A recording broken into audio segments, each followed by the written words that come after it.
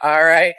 We are 12 and a half miles in. How you feeling, Hunter? Doing great. I feel like I ran 120 miles. So that's it. 1,100 miles this man is running over the next couple weeks, I would say, and banging out, 65 miles a day. That's about it. That's the goal, right? cool. That's the goal. And so, were you always an ultra runner doing crazy shit? I actually picked up ultra running about 4 years ago, but I've been doing endurance sports, adventure racing since I was 7 years old. Everything from a 6-hour race to the 12-day eco challenge, and kind of got to a point where I've already finished all the toughest adventure races around the world. I felt too comfortable and I wanted to get uncomfortable again, because usually when you're uncomfortable is when you learn the most about yourself. So I signed up for a 100-mile with no training at all. I just went out there and did it. Worst experience ever. It was miserable. My legs were shot and I was like, this is what I love now. I love this pain. I love getting uncomfortable again.